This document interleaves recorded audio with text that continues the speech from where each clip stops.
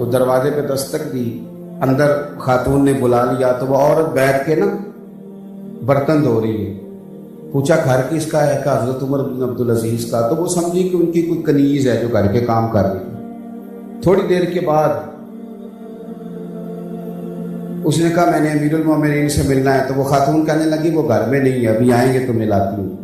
تھوڑی دیر کے بعد ایک سادہ سا آدمی، سادہ امامے والا گھر میں آیا اور کنویں سے بھرا ہوا پانی لا لا کے اس بی بی کو دینا شروع کیا. تو وہ خاتون اس بی بی سے آنے والی سے کہنے لگی امیر المومنین آ گیا، مل لو. کہنے لگی کہاں ہے؟ کہنے لگی یہی تو ہے جو مجھے پانی بھر کے دے رہے. کہا یہ امیر المومنین ہے؟ کہا ہاں. تو کہا تم کون ہو؟ کہنے لگی میں ان کی زوجہ ہوں. کہا تم اس طرح رہتے ہو؟ تو فرمانے لگی ہاں اسی طرح رہتے ہیں، پر اسی حال میں جب ہمارا گھر اپنے رب کو یاد کرتا ہے تو یوں لگتا ہے سارے ہی اللہ کے نیک بندے بن گئے. اسی طرح رہتے ہیں، یہی ہماری بات. آخری وقت آیا حضرت عمر بن عبدالعزیز کا، تو آپ کی بیوی کہنے لگی کہ آپ کے بچوں کے لیے تو آپ نے کچھ بنایا ہی نہیں. وہی سادہ سا پرانا گھر. تو آپ نے اپنے بچوں کو بلایا، وہ قریب آ کے بیٹھ گئے. تو فرمانے لگے بیٹا میں نے تمہیں اس لیے بلایا کہ مجھے معاف کر دینا، میں بزدل نکلا.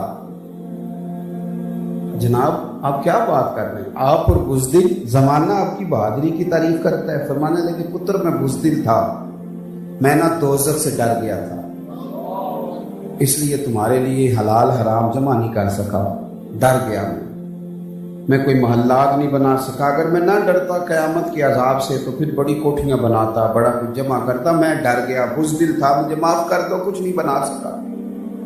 ہائے.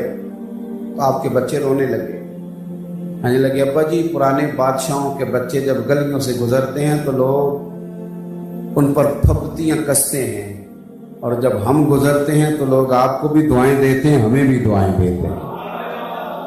اپنی آخرت کو ترجیح دیں. میں آپ کو بتاؤں ہماری دنیا کے سارے کام سیدھے ہیں، سارے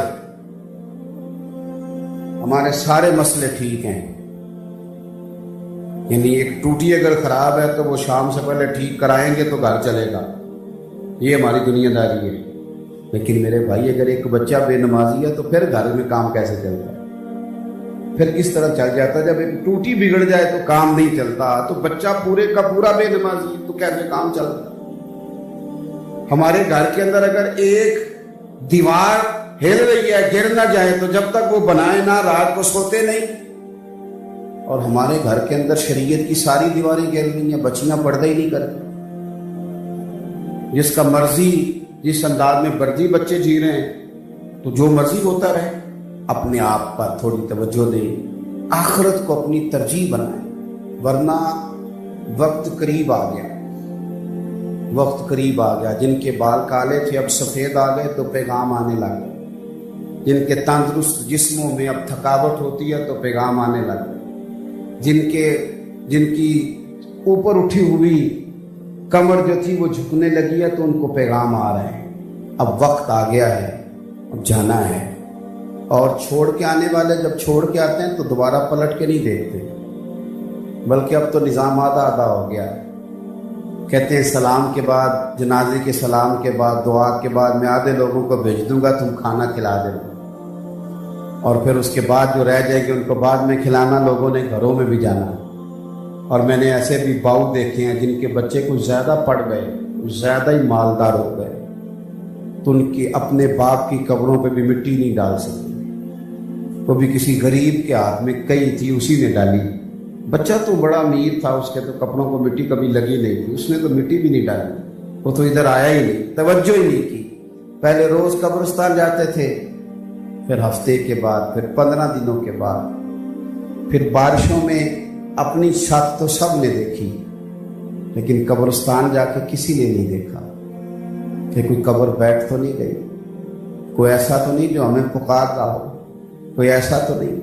میں بارشیں شروع ہونے سے پہلے اپنے قبرستان گیا تھا اور میں نے جا کے وہاں نظام دیکھا تھا کہ پتہ چل رہا ہے بارشیں ہونے والی ہیں. گھر تو سارے سیدھے کر رہے ہیں، پر وہ پہ دس دیاں قبراں جنہاں تے پھول پے ادھروں کوئی نہیں جی آمدہ، ادھروں لکھاں گئے، ہماری تیاری ہو گئی ہے، اب جانا ہے، کسی وقت اعلان ہوگا، کچھ وقت لوگ یاد رکھیں گے، پھر آنے والی نسلیں بھول جائیں گی، پھر کوئی ہوا کرتا تھا، فلاں بھی یہاں رہا کرتا تھا، فلاں بھی یہاں آیا کرتا تھا، اتنی سی داستان ہے۔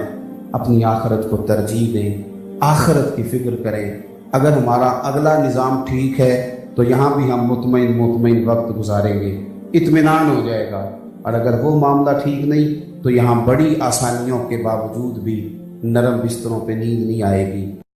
ایک حدیث پاک مسلم شریف میں اور بخاری میں اس طرح بھی ہے کہ حضرت ابو ہریرہ رضی اللہ تعالیٰ عنہ فرماتے ہیں کہ نبی کریم صلی اللہ علیہ وسلم نے فرمایا ایک دن جنت اور جہنم کا آپس میں مباحثہ ہو گیا، جنت اور جہنم کی آپس میں بحث ہو گئی۔ جہنم کہنے لگی کہ میرے اندر جو لوگ آئیں گے نا وہ بڑے بڑے سردار، بڑے بڑے متکبر، بڑے بڑے جبار، بڑے بڑے لوگ آئیں گے، یہ میری شاید فضیلت ہے۔ جہنم کہہ رہی ہے جہنم کہ بڑے بڑے جبار متکبر وہ میرے اندر آئیں گے، شاید یہ وجہ اعزاز ہے۔ تو جنت نے جواب میں کہا کہ میرے اندر تو غریب اور فقیر لوگ ہی آئیں گے، میرے اندر تو وہ لوگ آئیں گے جو دنیا میں بظاہر بڑے بڑے نہیں تھے، فقراء، مساکین، یتامہ، یہ اکثر ہوں گے، پتہ نہیں اس کی کیا وجہ ہے۔ جب دونوں آپس میں گفتگو کر رہے تھے نا تو رسول کریم صلی اللہ تعالیٰ علیہ وسلم فرماتے ہیں اللہ تعالیٰ نے پھر جنت سے فرمایا، اللہ نے جنت سے فرمایا کہ تو میری رحمت ہے اور میں اپنے بندوں میں سے جس پر رحمت کروں گا نا تیری صورت میں اس پر رحمت کر دوں گا، کیونکہ جنت میری رحمت ہے تو میں تیری صورت میں اس پر رحمت کر دوں گا۔ اور رب کریم نے ارشاد فرمایا جہنم سے کہ تو میرا عذاب ہے تو میں اپنے بندوں میں سے جس کو چاہوں گا تیرے ذریعے عذاب دے دوں گا، لیکن بھر میں تم دونوں کو ڈالوں گا، بھر جنت بھی جائے گی، بھر جہنم بھی جائے گی، لیکن جس کو جہنم میں ڈالا جائے گا اس کو اللہ جہنم کے ذریعے عذاب دے گا، اور جس کو جنت میں ڈالا جائے گا اسے اللہ جنت کی صورت میں اپنی رحمت عطا فرمائے گا۔ اور یہ دونوں خود گواہیاں دے رہی ہیں کہ جبار، تکبر کرنے والے، اپنے دل میں غرور رکھنے والے، بڑا بڑا اپنے آپ کو گرداننے والے، جہنم خود کہہ رہی ہے میرے اندر آئیں، اور جنت کہتی ہے کہ میرے اندر تو ضعیف لوگ آئیں گے، لاچار لوگ آئیں گے، عاجز لوگ آئیں گے، کمزور لوگ آئیں گے۔ شوق بڑا ہے لوگوں کو، آپ یقین کریں کہ کچھ لوگوں کو شادی گاڑی میں مزہ ہی نہیں آتا جب تک 4-5 موٹر سائیکل آگے پیچھے نہ ہو، لوگوں کو اتنی دیر تک لطف ہی نہیں آتا لیکن دیر تک 15-20 لوگ ان کے پروٹوکول کے لیے موجود نہ ہو۔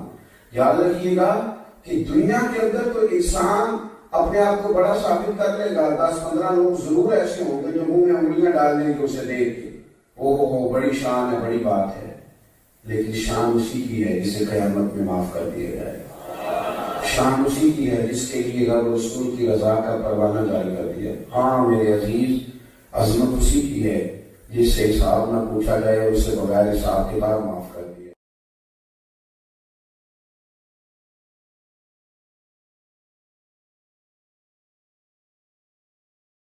حضرت عمر بن عاص رضی اللہ تعالیٰ عنہ